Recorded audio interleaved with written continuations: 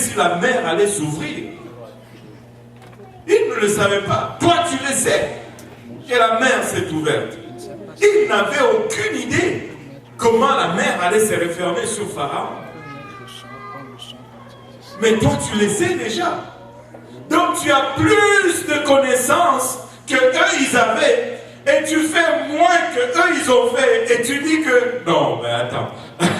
Que si tu avais moins de connaissances, tu allais faire plus. Non, ça ne marche pas. Ça ne marche tout simplement pas. Ils ont traversé la mer Rouge, ils sont allés jusqu'au mont Sinaï, et là c'était une scène majestueuse. La présence de Dieu est descendue littéralement sur cette montagne, et sur cette montagne aujourd'hui tu peux voir les marques des pierres calcinées par la gloire de Dieu qui a touché cette montagne, même jusqu'à aujourd'hui. Extraordinaire. Dieu lui-même était là, ils entendaient la voix audible de Dieu. Et Dieu leur a donné le commandement, il leur a dit, voici, je fais alliance avec vous, allez dans la terre promise. Et ils continuent leur chemin, et ils arrivent devant la terre promise. Et c'est là où nous les rencontrons, ici dans Nombre chapitre 13. Ils arrivent dans la terre promise. Moïse dit c'est une bonne chose que d'aller et explorer le pays avant de prendre l'assaut. Il choisit 12 personnes, 12 espions, un espion dans chaque tribu, et c'était des hommes de guerre, des hommes responsables de leur tribu. Il dit allez explorer le pays. Ils sont allés, ils ont exploré, et ils sont venus avec 2 rapports conflictuels. Ils sont venus en disant, oui, le pays où tu nous as envoyés est un bon pays. Le fruit est extraordinaire. Des raisins qui sont si gros que une gerbe de raisin, tu vois, quand tu vas chez Maxi, tu prends une gerbe là, tu mets dans ton sac, tu en manges 2, et puis on a dit qu'on va commencer à mettre des balances à Maxi.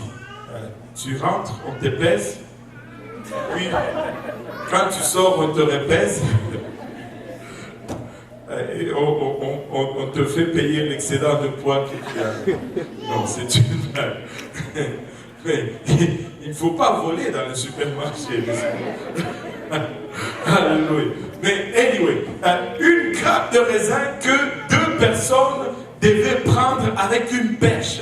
Une grappe de raisin, juste une grappe là, ça prend 2 personnes pour la prendre sur leurs épaules.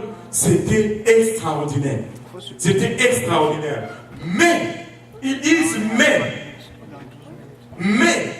le pays n'est pas, le pays est hostile en d'autres termes. Les habitants sont des géants. Les villes sont fortifiées. Et nous ne pouvons pas monter et prendre ces pays. Nous ne pouvons pas y aller et conquérir ces pays parce que le défi est trop grand comparé à nous. Au fond, si nous avons, nous le regardons, ces gens, c'est des géants de la famille de Goliath, Anak. Et nous sommes à leurs yeux comme des sauterelles. Nous sommes à leurs yeux comme des sauterelles. Et, ah bon?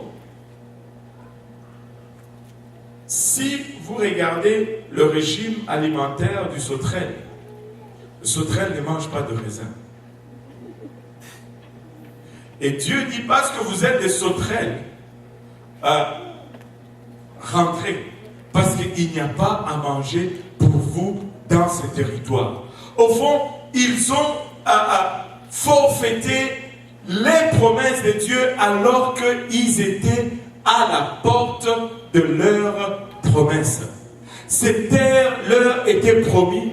Ils ont brisé les chaînes de l'esclavage. Ils ont traversé le désert. Ils ont vu la mer s'ouvrir devant eux. Ils ont vu la gloire de Dieu descendre sur la montagne. Et ils arrivent devant des villes, ils disent, nous ne pouvons pas les prendre parce que c'est trop dur pour nous. Écoutez, Dieu, il te connaît mieux que tu te connais toi-même. Et il ne t'a pas amené ici pour te faire échouer face à un ennemi plus fort que toi. Et au fond, c'est une aberration que de dire qu'il y a un ennemi plus fort que toi devant toi. Parce que celui qui est en toi, c'est supposé être Christ.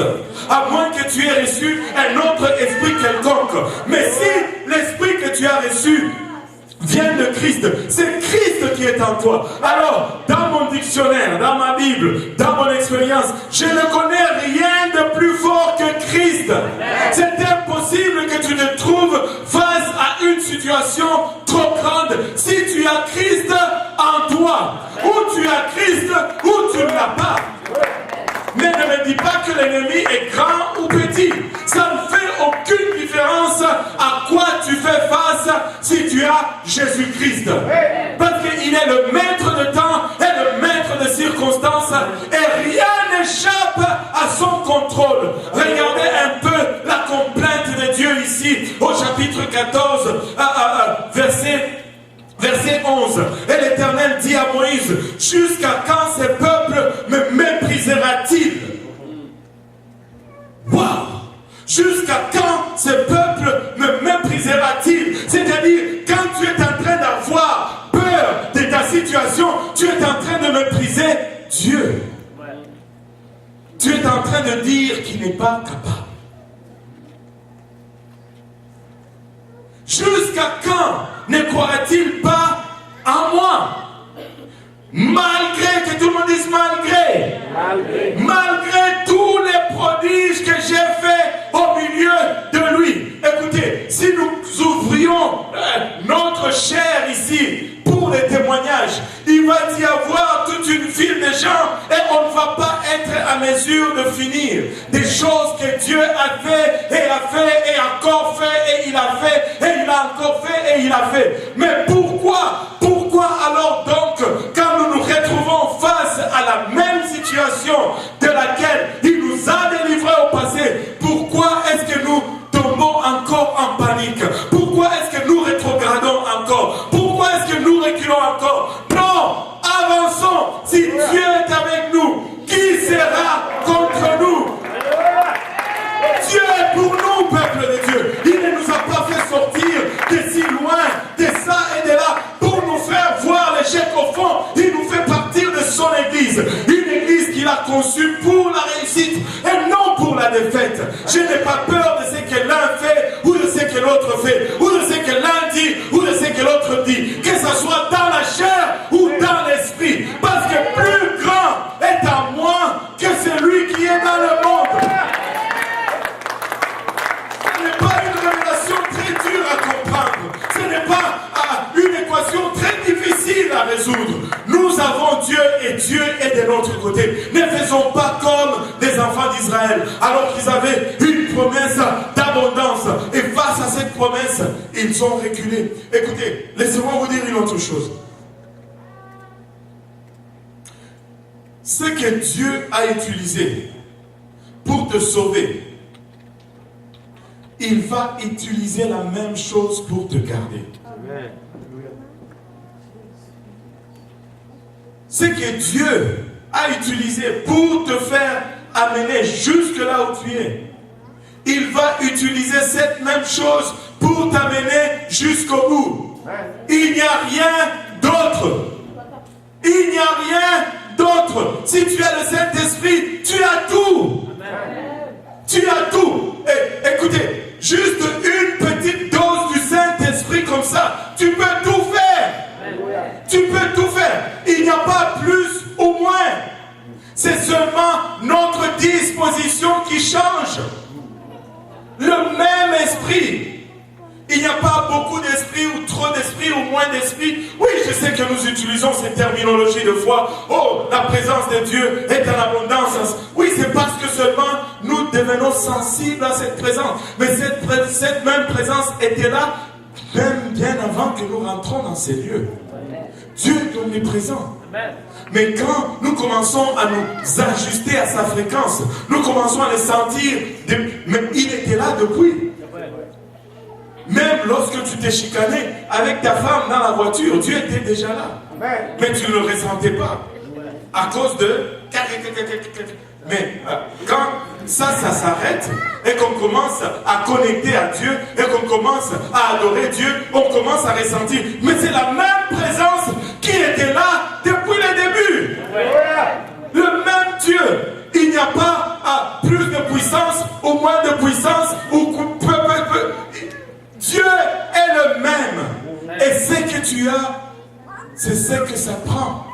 Si tu as le Saint-Esprit, tu as tout. Alors, ne confondez pas consécration et puissance de Dieu. Dieu n'est pas en lutte pour augmenter la dose de puissance ou je dois aller dans le gym pour faire un peu augmenter ma force et puis là. Non. Dieu avec son petit doigt, il peut tout faire. Tout. Mais sommes-nous prédisposés à entrer dans ses promesses? Sommes-nous prédisposés? Il dit, mais jusqu'à quand ce peuple me méprisera-t-il? Notre Dieu est capable. Notre Dieu est capable. C'est lui qui nous a délivrés de la main de l'Égypte. Il est capable de nous préserver à travers le désert avec la même main et avec la même main nous faire entrer dans la terre promise si nous sommes volontiers. Si nous sommes volontiers, il va le faire. Il va le faire. Il dit, je vais frapper tous ces gens. Et là, Moïse plaide avec Dieu. Non, Seigneur, ne fais pas cela, s'il te plaît. Moïse intercède. Il se tient dans la brèche. Et j'abrège pour le besoin du temps. Et là, finalement, au verset 20, Dieu consent et l'Éternel dit, je pardonne comme tu l'as demandé, mais je suis vivant et la gloire de l'Éternel remplira toute la terre. Waouh! Tous ceux qui ont vu ma gloire et les prodiges que j'ai fait en Égypte et dans le désert, qui m'ont tenté déjà 10 fois et qui n'ont point écouté ma voix, tous ceux-là ne verront point le pays que j'ai juré à leur père de leur donner. Tous ceux qui m'ont méprisé ne le verront point. Wow. Toute une génération coupée. Toute une génération. La promesse était faite. Amen. Dieu avait-il promis, oui ou non? C'était la parole de Dieu. Il leur avait promis de leur faire voir la terre promise, n'est-ce pas? Mais quand ils n'ont pas marché dans les voies de Dieu, cette promesse a glissé entre leurs mains. La promesse de Dieu, ou une parole prophétique de la part de Dieu, est une déclaration de l'intention de Dieu pour toi. Ça, c'est ce qu'il veut. Ça, c'est ce qu'il désire. Mais il a besoin de ta coopération pour que tu puisses y avoir accès. Certains approchent les promesses de Dieu de cette façon. Oh, parce que Dieu l'a dit, alors c'est fait. Oui, parce que Dieu l'a dit, c'est fait. Mais ce n'est pas ça. Quand Dieu déclare quelque chose sur toi, c'est l'intention divine pour toi. Comme il a déclaré qu'il allait leur donner la terre promise, ça c'était l'intention de Dieu pour son peuple. Mais parce que le peuple a dit non, nous on ne veut pas de cela, qu'est-ce qui est arrivé? Ils l'ont manqué. Est-ce que c'est possible qu'une prophétie de Dieu ne se réalise pas dans ta vie? Oui! Si tu ne marches pas dans les voies que Dieu ordonne, tu vas passer à côté de ta prophétie. Est-ce qu'elle était fausse? Non, elle n'était pas fausse, mais tu n'as pas suivi le plan. Et tu peux manquer la prophétie de Dieu parce que tu as traîné les pas, parce que tu as méprisé la main